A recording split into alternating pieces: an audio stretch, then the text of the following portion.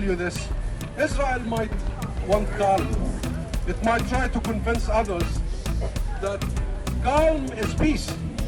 But there is no peace without justice, my friends. There is no peace without justice. And Israel has proven over and again that from Palestine. I was all over our